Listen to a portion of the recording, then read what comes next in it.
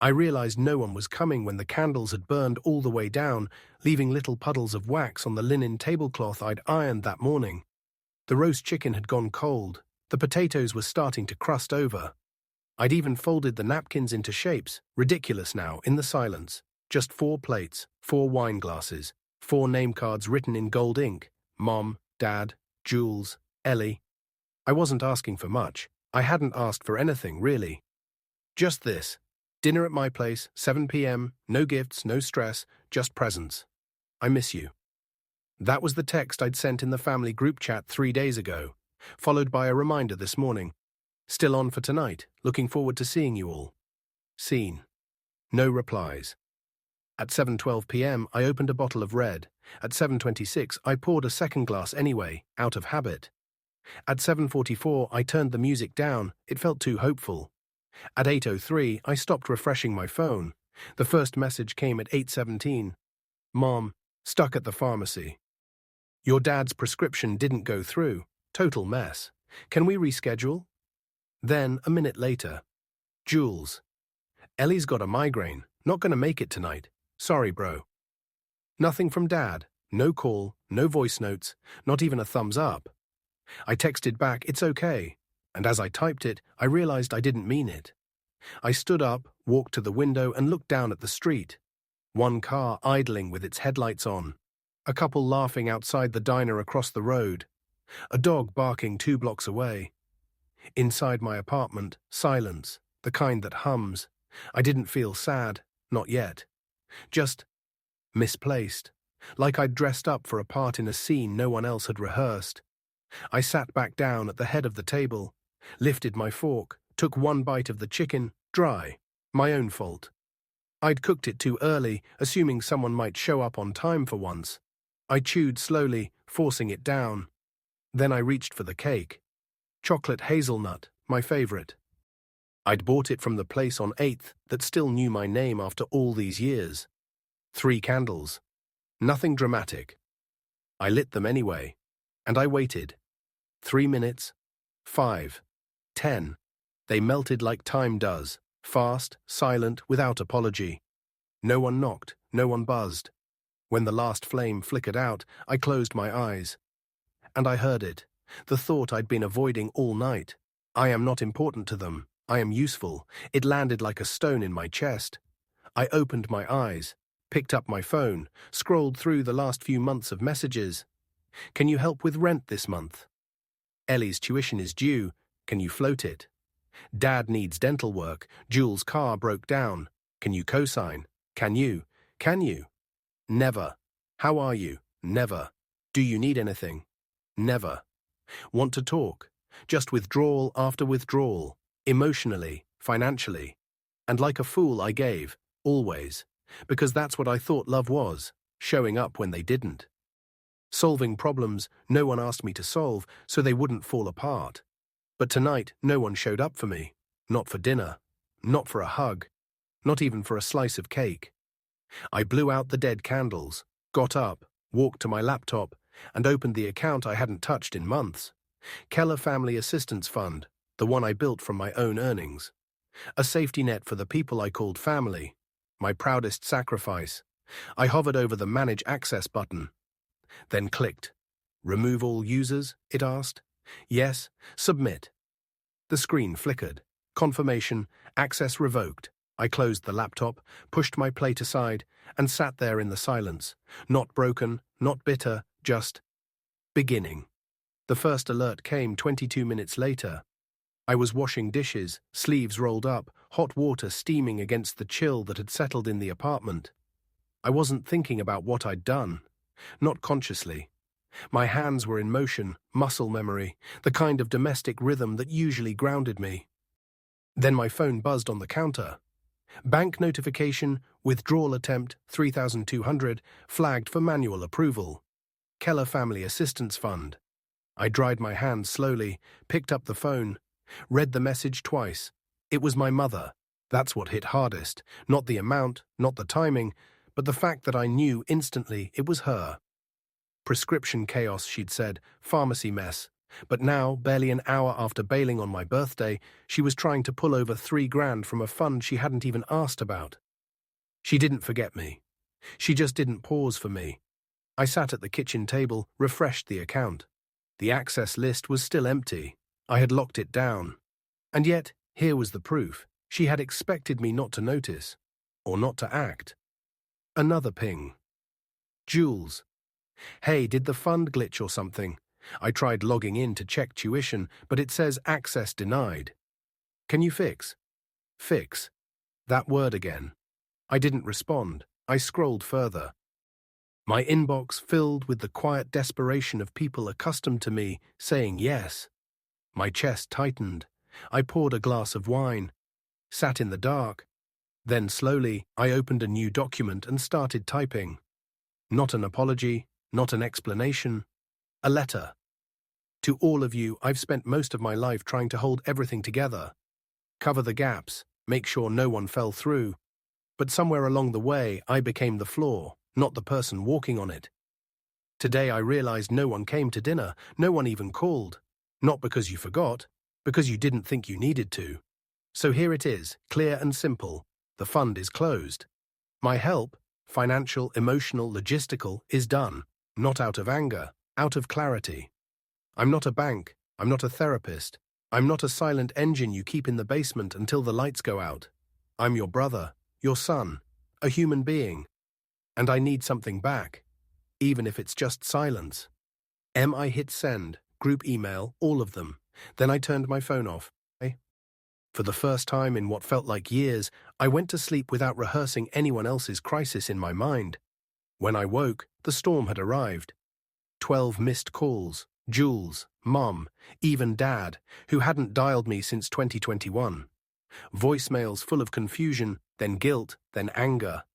Jules, you're being dramatic, man. What the hell is this? Mom, you don't understand how hard things are for your father. Dad, I always knew you'd turn your back, just like your cousin did. And that was the pattern, wasn't it? The moment I stepped out of the role, even for one day, I wasn't just absent. I was selfish. I was cruel. I was betraying them. Not once did anyone ask, "Are you okay?" Not once. What happened last night? Only, "How dare you take this away?" And behind it all, Ellie, my niece, sweet, bright-eyed, used in the message from Jules like a chess piece. You really want Ellie to miss her school trip because of your little tantrum. That one almost broke me, but I didn't cave. Instead, I opened another file, began a folder, labeled it Receipts. Because if this was going to be a fight, I wanted the truth on my side, finally. It escalated faster than I expected. By noon, Jules had messaged me 6 times. By 3, Mom had left a 5-minute voicemail, her tone wobbling between confused concern and tight-lipped fury. Dad didn't speak again. He let silence be his weapon. Always had. I stayed quiet, but I didn't stay idle.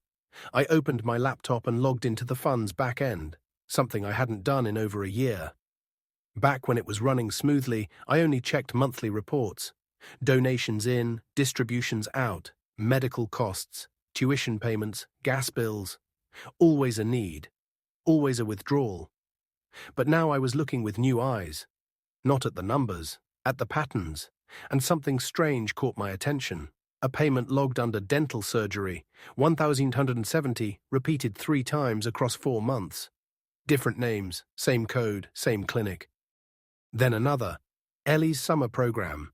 Twice, 2 different institutions, 1 trip to Colorado, 1 to DC. Same dates. I opened a spreadsheet, began cross-referencing receipts with actual charges, pulled email confirmations, tracked invoice IDs. Things didn't line up. At 5:18 p.m., I got a text from someone I hadn't heard from in 4 years. Cora, my cousin, the one we all stopped talking to after she borrowed money from Grandpa and vanished. At least that was the story I'd been told. Her message, "Hey, I heard what's happening. Can we talk?" I hesitated. Then, "I think you should see what I found." I agreed to meet. Neutral ground. A coffee shop by the river, quiet, tucked between a florist and a key repair booth. She looked older, sharper, like someone who'd survived by walking barefoot over broken glass. but she smiled when she saw me. A small, hesitant thing. Not fake. "I'm sorry," she said before anything else. "For what?" "For letting you carry it alone. For not warning you." She opened her bag and slid over a thick manila envelope. Inside, photocopies, spreadsheets, bank records, notes in her tight, angled handwriting. "What is this?" "Proof," she said, "of what they did." I flipped through the first few pages. A shadow account opened under the name KF Asset Support. One letter off from the real family fund, linked to a checking account with multiple transactions labeled identically to mine, fake tuition payments, duplicate medical claims, even gas bills with falsified dates. "They set this up 2 years ago," Cora said. "Used your logo, your language. Most of the money came from auto transfers you never noticed." I blinked. "How much?" 28,000. "Maybe more." The number didn't land right away. It hovered in the air like smoke. She kept going. "They used me too back then. I called them out. They cut me off, said I betrayed the family. Same thing they're saying about you now." I stared at the papers. Then at her. "Why now?" "Because you finally said no," she said. "And because maybe I'm tired of being scared of people who only love us when we bleed." I thanked her. Not with words, just with the way I didn't look away. That night, I sent the documents to Liz. My lawyer, no preamble, no commentary, just the facts. She replied 5 minutes later, "We need to report this, not just for you, for your protection." And I agreed, because this wasn't about broken trust anymore. It was fraud. The kind that left paper trails. The kind that led to courtrooms. I sat at my desk, the lights off, just the screen illuminating my face. I'd spent years pouring myself into people who never saw me. Now I was done pouring. I was building a wall, 1 page at a time. They showed up at my door 3 days later. It was morning. I hadn't slept. I'd spent the night organizing documents, screenshots, emails, and forwarding everything to Liz, who confirmed she'd submitted the fraud report to the State Financial Crimes Unit. When the knock came, I already knew who it was. I didn't answer right away. I let them stand there for a minute, then opened the door without a word. My mother, Jules. And behind them, Ellie, hugging a stuffed giraffe like it was a shield. I stepped aside, not to welcome them in, just to let them speak. Mum went first. "You really called the state on us." Her voice wasn't weak, it was tight, calculated, no tears. She hadn't come to beg. She'd come to negotiate. Jules jumped in. "You think we stole from you? From Ellie? That's what you're doing now?" "You stole from the fund," I said flatly. "You falsified payments, created a shell account. I have proof." "Cora," Jules scoffed. "You're seriously trusting her? She's a liar. She's always been—" "She had documents," I said. "Receipts, bank logs. IP addresses." Mom's lips tightened. "We made mistakes. We used the money the way we thought best. For the family." "For yourselves," I corrected. "For survival," she snapped. "Do you know how hard it's been for your father? Do you think he asked for his lungs to collapse? For the bills to pile up?" "I think he asked me for silence," I said. "And money." Jules stepped forward. "You're doing this over a birthday dinner. That's what this is really about." That stung, not because it was true, but because it revealed how little they'd seen me, how little they still did. "This isn't about a dinner," I said. "It's about 34 years of being the fixer. The wallet, the emotional sponge. I asked for 1 evening of presents. I got excuses. And while I sat alone at my own table, you tried to drain another 3 grand without blinking." They didn't respond. Ellie looked up at me, eyes wide. Did I do something wrong? And there it was, the knife. Jules put a hand on her shoulder. "She's scared. She thinks you're mad at her." I crouched down, met her gaze. "You didn't do anything wrong, Elle. None of this is your fault."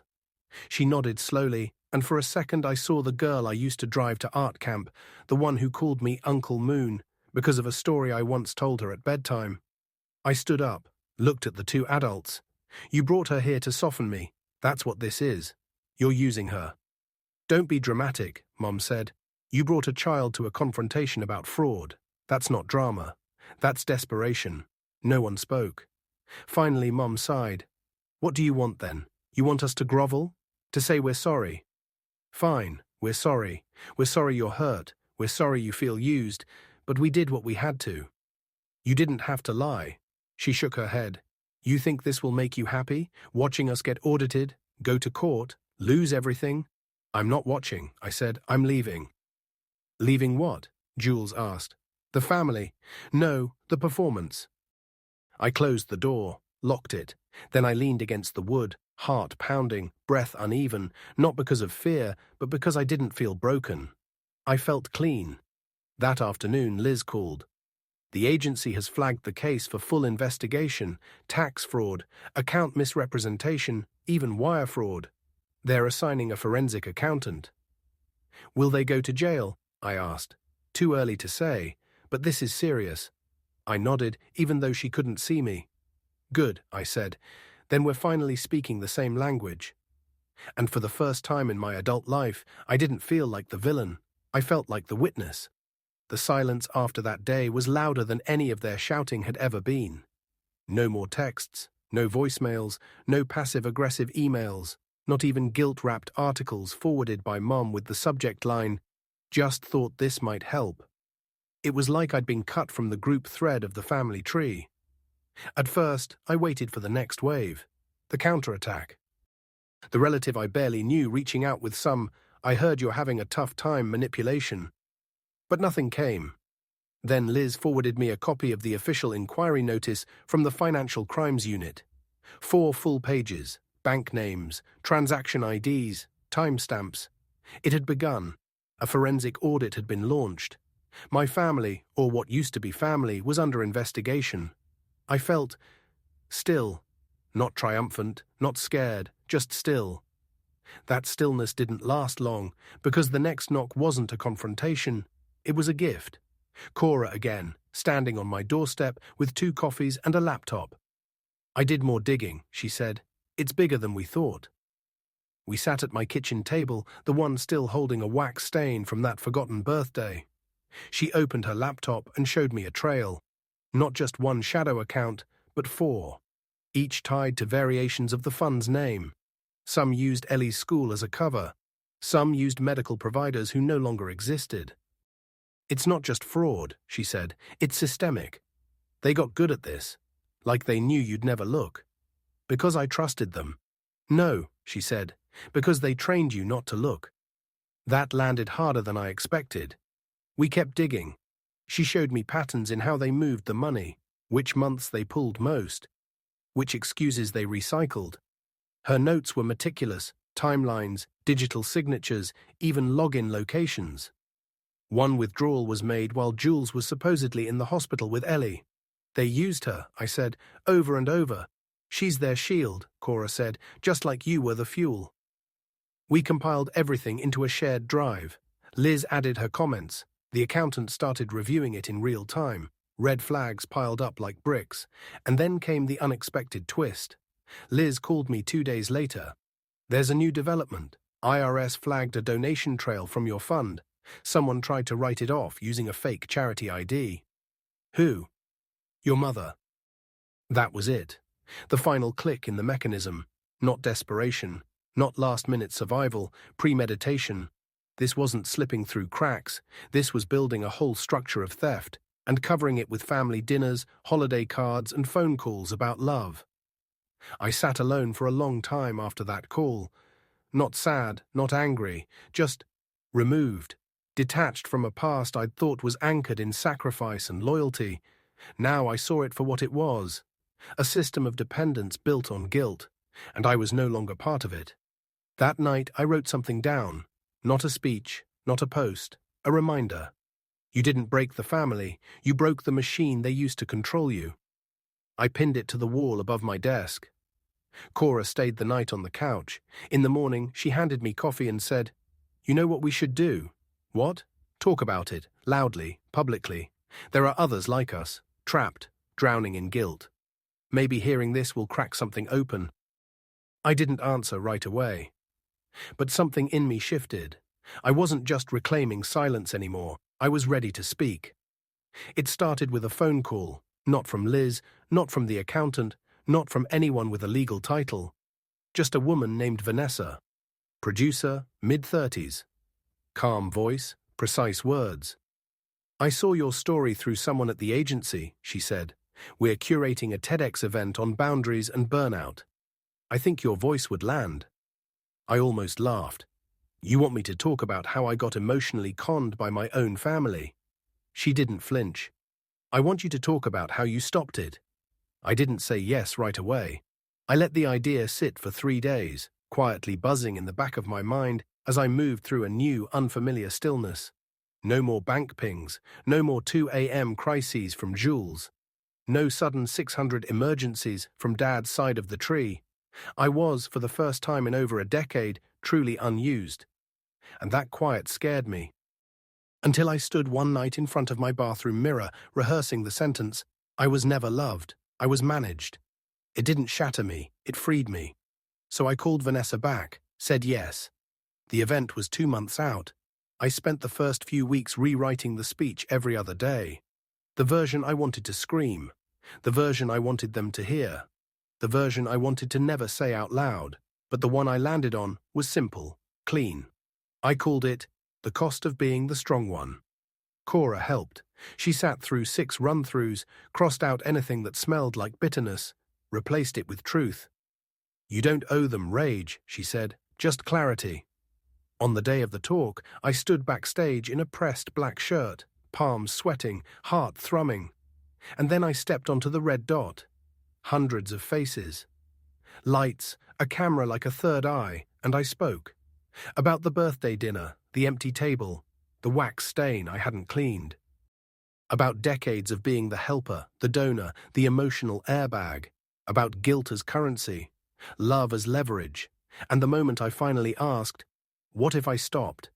I watched heads nod, mouths tighten. A woman in the 3rd row cried. A man in the back stood up before the talk even ended.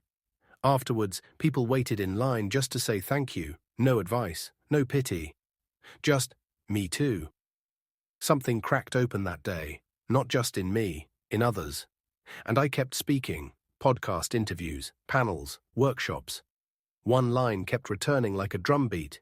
You are not responsible for everyone who rests on your back just because you've learned to carry weight. Somewhere between the speeches and the inbox of strangers pouring their own stories into mine, I started painting again. Something I hadn't touched in years.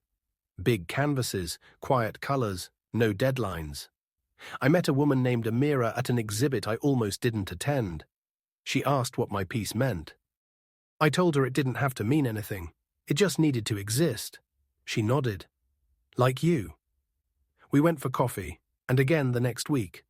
No pressure, no extraction, just presence. One night she looked at me across her kitchen table and said, "You don't pause when I ask how you're doing. That's rare." I smiled. I used to think no one wanted the real answer. Do you believe that now? I paused. No. The audits were still ongoing. Jules had gone quiet. Mum tried to send a letter. I didn't open it. The IRS filed a formal notice of misrepresentation. Charges were still pending. But that wasn't the center of my story anymore, because I'd stopped being a consequence of their needs. I was building something new, not as punishment, as proof. It all came to a head on a Wednesday morning. The email landed in my inbox like a final verdict, a forwarded copy from Liz. The subject line was clinical, final determination, case no. 437 FRA, Keller Family Assistance Fund. I opened it slowly, heart steady. In clear language, the Financial Crimes Unit confirmed the findings.